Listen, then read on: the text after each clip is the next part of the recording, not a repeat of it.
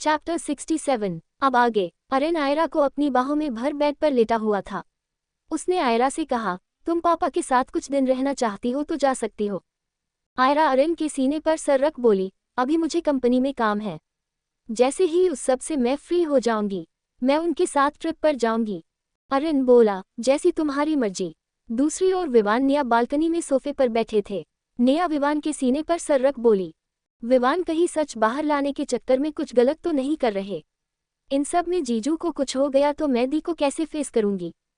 विवान निया के हेड पर अपनी चीख रखते हुए बोला, कुछ नहीं होगा अरिन को, हम नाना जी से 2 कदम आगे की सोचेंगे। दूसरी ओर विवान के नाना जी अपने सामने खड़े अपने असिस्टेंट से बोले, गलती कर दी 27 साल पहले उस संध्या को जिंदा छोड़कर। पता होता वो माँ बनने वाली है तो उसे उसके बच्चे के साथ वही खत्म कर देता, तो आज ये नौबत मेरे सर पर नहीं आती। इतना सब किया मैंने अपनी बच्ची की शादी विराज से करवाने के लिए, लेकिन ये अब उसका नाजायज़ बेटा, इसे मैं मेरे विवान का हक लेने नहीं दूंगा। दूसरी ओर कियारा अपने रूम की बालकनी में झूले पर बैठी करण के साथ अपनी खट्टी मीठी नोकझोंक याद कर मन ही मन मुस्कुरा रही थी। कियारा खुद से बोली, मैं उसके बारे में क्यों सोच रही हूँ। इतना बोल उठकर रूम में आ जाती है। ना जाने कब करण के बारे में सोचते सोचते सो जाती है। समर्थ का फ्लैट। सभी साथ में डिनर कर रहे थे। काकी सभी को सर्व कर एक साइड खड़ी हो जाती है। उधम ये देख बोले, बेटा तुम चाहो तो घर चली जाओ, वरना तुम्हें लेट हो जाएगा। तुम्हारे बच्चे भी तो तुम्हारा इंतजार कर रहे होंगे। वो मेड बोली, अरे बाबूजी आप सब खा लीजिए, हम बाद में चले जाएंगे, किचन साफ कर। वानी बोली, आप चली जाए, ये सब मैं देख लूंगी। लेकिन वो मेड तो जाने को तैयार नहीं थी। उसकी आंखों में एक अजीब सी बेचैनी थी, जिस समर्थ महसूस कर रहा था। समर्थ बोला, अरे क्या आप सब जिद कर रहे हैं, उन्हें लेट होगा तो मैं उन्हें इनके घर छोड़ आऊंगा। कुछ देर में सभी खाना खा लेते हैं। वो मेड डाइनिंग टेबल साफ कर सब किचन में ले जाती है। वो किचन में जाने के बाद सारा बचा हुआ खाना पॉलीथिन में डालने लगती है। तभी उसका कोई हाथ पकड़ लेता है। वो सामने देखती है तो समर्थ था। समर्थ एक दूर से टिफिन बॉक्स निकाल बचा हुआ खाना गर्म कर टिफिन में पैक करते हुए मेड को देते हुए बोला, की बात है तो आप मुझे बता सकती है, क्या मेरे पीछे से कुछ हुआ है। ये उस मेड की आंखें नम हो जाती है, लेकिन वो कुछ नहीं कहती।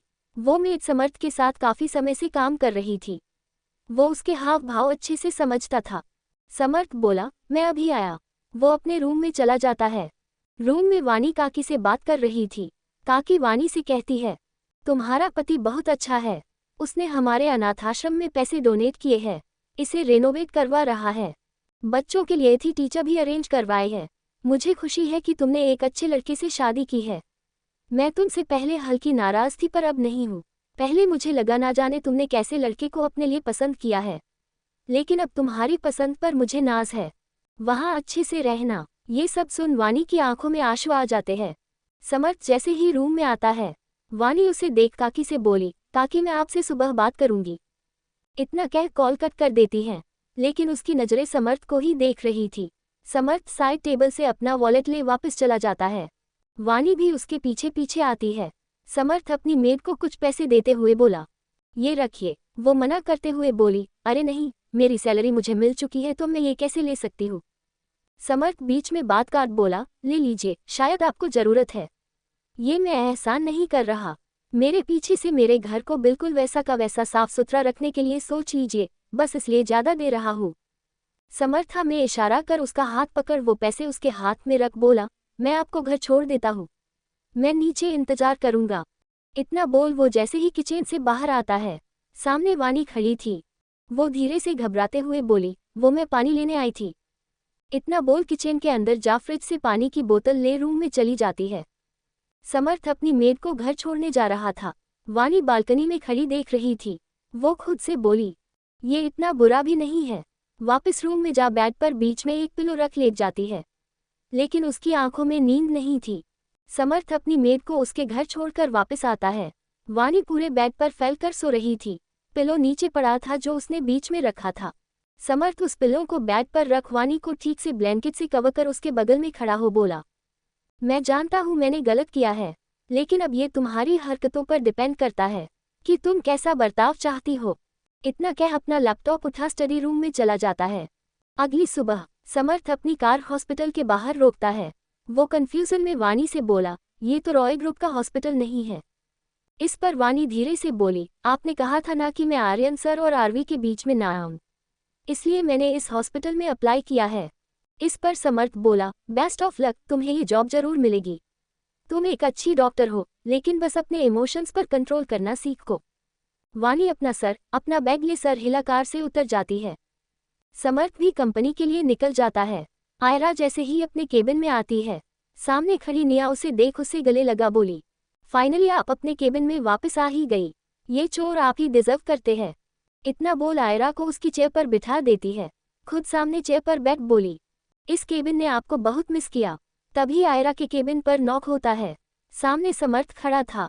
समर्थ अंदर आयरा निया दोनों को ग्रीट करता है। आयरा निया से बोली, अब तुम जाओ, मुझे समर्थ से कुछ बात करनी है। निया के जाते ही समर्थ बोला, कहिए मैम क्या बात करनी है। आयरा अपनी जगह से उठ समर्थ के पास आ बोली, मैं जानती हूँ तुमने क्या किया है। तुम्हारे बाबूजी ने मुझे सब बता दिया। मैं एक्सप्लेनेशन नहीं मांगने वाली, लेकिन शादी कोई छोटी बात नहीं है। शायद तुमने गुस्से में किया। क्या तुम दिल से वानी को अपनी बीवी मान पाओगे? क्या निभा लोगे तुम दोनों इस रिश्ते को? ये जिंदगी है, कोई मजाक नहीं की। गुस्सा आया और शादी कर ली। वानी गलत करने वाली थी तो तुम उसे समझा सकते थे, लेकिन तुमने भी गलत कर दिया। गुस्से और जुनून में ज्यादा फर्क नहीं होता। दोनों की पल भर में पागलपन में बदल जाते हैं और इंसान गलत कर बैठता है। मैं उम्मीद करती हूँ तुम अपनी गलती सुधरोगे। या तो वानी को इस रिश्ते से आज़ाद करो, या दोनों मिलकर निभाने की कोशिश करो। मैं अच्छे से समझती हूँ उस घुटन को जो मैंने अपने और अरन के रिश्ते में महसूस की। समर्थ बस गौर से आयरा को सुन रहा था। वो अपना सर हिला। आज का शेड्यूल आयरा को बताने लगता है। लाइक, शेयर, कमेंट, सब्सक्राइब करते रहिए।